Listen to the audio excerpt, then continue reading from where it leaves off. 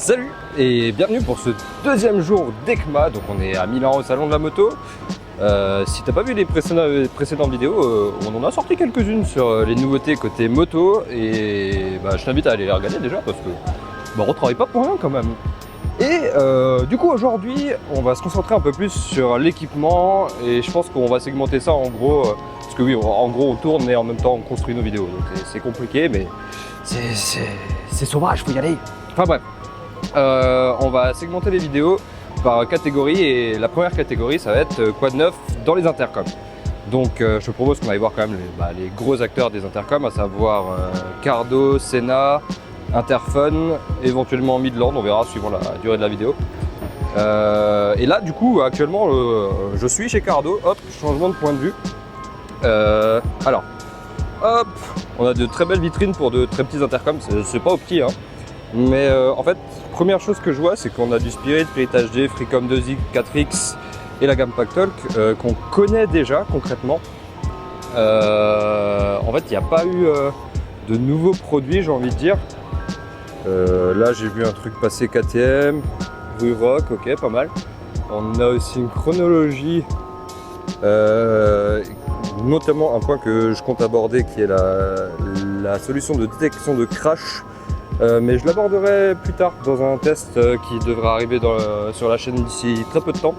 Le test du Packtalk Pro qui est juste là-bas. Donc aujourd'hui en fait il n'y a pas de nouveautés matos, j'ai envie de dire, chez Cardo. Pour autant il y a beaucoup de nouveautés quand même. J'aimerais bien trouver quelqu'un pour en parler. Alors je suis Antoine, je suis le Country Manager de Cardo France. La nouveauté de Cardo pour l'année à venir, c'est spécialement des nouvelles features qui vont concerner des produits existants. Ces nouvelles features se mettront automatiquement en place sur les produits une fois que la mise à jour de l'intercom sera faite. Ça va concerner toute la gamme Packtalk à partir du Neo. Et c'est ce qu'on appelle nous le Mesh Boost. Ça va donner un coup de fouet à notre DMC. Alors ça va concerner en fait 5 features précises. La première, c'est la possibilité d'étendre les groupes à 31 riders. Alors, c'est pas forcément la chose qu'on va utiliser le plus souvent, mais néanmoins, ça offre une possibilité en cas d'un ride avec de très nombreux partenaires, d'avoir vraiment un groupe qui peut parler en simultané, et ça c'est cool. La deuxième chose, c'est ce qu'on appelle le public mesh. C'est-à-dire que si j'ai mis mon intercom en mode public mesh, et que je croise un autre rider qui est lui-même en public mesh, et on peut se parler sans avoir à connecter les deux intercoms. La connexion elle se fait automatiquement. La troisième chose, c'est ce qu'on appelle le cellular intercom ou le voice over IP. Ça permet de transférer la liaison d'intercom via la communication, via le réseau cellulaire. Okay. C'est-à-dire que si je pense que je vais avoir avec mes confrères, je vais avoir une distance assez longue, je vais mettre mon intercom en mode voice over IP et ainsi la liaison entre intercom va se faire via le réseau téléphonique. Et ça demande du coup un abonnement à part ou ça se fait Non, ça se fait automatiquement via le téléphone, via l'app. Ah d'accord, donc c'est via la connexion du téléphone. Exactement. Ok, impeccable. La troisième chose, c'est ce qu'on appelle le private chat. Ça va permettre aujourd'hui, ça existe, mais c'est limité à 2 personnes. C'est-à-dire que si je suis un groupe, je peux chatter en perso avec une seule personne. Aujourd'hui, je pourrais le faire avec plusieurs personnes. Je fais un groupe de 6-7. Je veux chatter qu'avec 3 personnes, je configure un groupe de chat et les autres n'entendront pas ce qu'on se dit. C'est impeccable, comme ça s'il y a quelqu'un dans le groupe qui roule doucement, t'as vu Michel comme il roule doucement? Exactement. Alors après chacun l'utilise à sa façon. Et enfin la dernière chose c'est le remote grouping. Jusqu'à présent on fait un groupe mesh, on le fait en no-go, c'est-à-dire on est ensemble, on paramètre notre groupe et on part. Après le groupe il est mémorisé. Mais là ce que je peux faire, si je sais que la semaine prochaine je vais faire un ride avec, on est 4-5 et on n'a jamais été groupé en mesh, je le fais tranquillement de chez moi, je le paramètre avec l'appli, et puis quand on se regroupe tous, on allume nos intercoms, et hop, c'est groupé, on peut partir. Impeccable, trop bien. Voilà, ça sera disponible entre février et mars via l'update de l'app Cardo. Donc sur toutes ces fonctionnalités?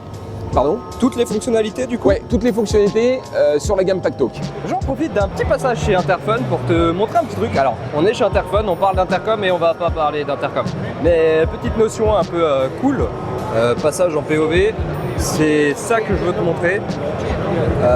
On est, alors focus, on est sur du CarPlay pour Attends, je vais te repasser en vue moi. Hop là, on est sur du CarPlay pour la moto concrètement, avec soit le système de... Là, j'ai failli me manger quelqu'un, c'est pas passé moi. Du coup, soit le système de fixation Quick Locks qui se met sur plus ou moins tout, barre de GPS, guidon et compagnie, ou directement le support BM pour l'AGS. Parce que bon, on sait que beaucoup de gens qui aiment avoir des gros écrans roulent en GS, pas tous, mais beaucoup, mais pas tous. Mais non, dans l'idée en fait, Interphone va proposer ça et je vais t'en parler incessamment sous peu.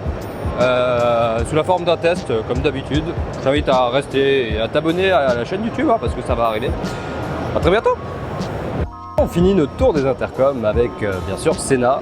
Sena qui propose une petite nouveauté tout à fait convaincante. Et en passant au point de vue interne, alors là la lumière risque de cramer un peu, bon c'est pas grave. Mais du coup on est sur la grosse nouveauté Sena, le 60S. Donc bon, déjà on peut voir qu'il a un petit côté personnalisable. D'ailleurs il y a une flambée de coques qu'on peut changer. Le design est plutôt cool. C'est assez volumineux quand même, hein. Il est un peu plus, comment dire, plus haut je dirais. Mais après tu as le support qui est assez balèze aussi. Mais il est en revanche très fin.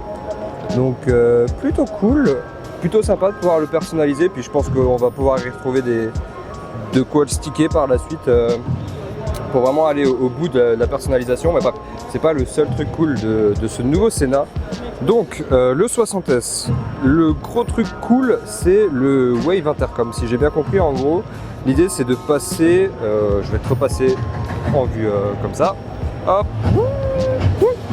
Ouais, en gros l'idée du Wave Intercom c'est d'aller changer de canaux, enfin de technologie pour la partie intercom et de pouvoir passer sur du réseau cellulaire. Finalement un peu comme ce que nous a présenté Cardo tout à l'heure. À savoir que là c'est un appareil qui est particulier pour ça. Donc c'est pas tout bien sûr, hein, il y a toujours du très bon son, on est sur du Harman Kardon. Donc autant dire que ça balance. Je sais pas si vous entendez mais à côté là c'est la fête dans ce stand. Donc ouais, Sena 60S, plutôt cool. Globalement c'est la seule nouveauté. Après il y a des casques proposés du coup par Sena. Je vais quand même passer dessus pour que tu vois. On a celui dont je connais pas le nom, on est sur du Phantom. Ok, il y a deux versions de Phantom, un avec le coloris blanc là-bas et un avec le coloris noir. La différence entre les deux c'est qu'il y en a un qui a une suppression de bruit intelligente et l'autre pas. Plutôt cool. Après là on est sur une gamme du coup qui est proposée par Sena, on va passer dessus. On a toujours les gammes traditionnelles qu'on retrouvait, donc 50R, 50S, 50C. 50C, je sais pas si tu connais, mais c'est plutôt cool, notamment si tu crées du contenu. Alors focus, ouais, cet écran blanc c'est peu pratique, on va le prendre plutôt sur le casque. En gros le 50S il a la particularité d'intégrer une caméra 4K. C'est pas mal pour faire du contenu. Après c'est pas stabilisé donc c'est quand même pas au niveau d'une GoPro par exemple, mais par contre ça te permet de récupérer le son de l'intercom directement en vidéo et dans une qualité qui est carrément pas déconnante. On a le 10S, qu'est-ce qu'on a? Spider ST1 RT1, globalement les mêmes appareils avec juste la forme qui change. SF2, SF4 ça existait déjà. 5S, donc l'entrée de gamme de Sena. Il faut que j'arrête d'essayer de le montrer sur l'écran blanc, ça rend pas bien. Donc ça, l'entrée de gamme de Sena qui a fait ses preuves. Par contre il est décliné dans une version plus basique, plus solide, avec du coup pas de roulette, et c'est pas mal pour ceux qui font du off-road notamment. Ça évite de venir taper les composants qui bougent pour les gripper ou quoi. Donc plutôt cool, 5R. Après en termes de fonctionnalité, on est exactement sur la même chose sur le 50R que sur le 5R pardon, que sur le 5S. Donc globalement c'est les mêmes. Et là on a 35 plus, non 3S. Ouais, la police est dure à lire quand même, hein. De loin on pourrait dire 35 non. Donc là c'est des intercoms, c'est tout petit. Ok, bah là j'ai même l'impression que... Ah non mais c'est un système intégré, ok. Et 5R Lite, donc tout petit, tout fin, un peu dans le style de celui que je viens de te montrer. Et ben je pense qu'on est pas mal pour finir, hop là, changement de vue. Je pense qu'on est pas mal pour finir cette vidéo sur les intercoms. On attaque très rapidement avec la vidéo suivante. qui devrait être quoi de neuf en bagagerie. C'est reparti!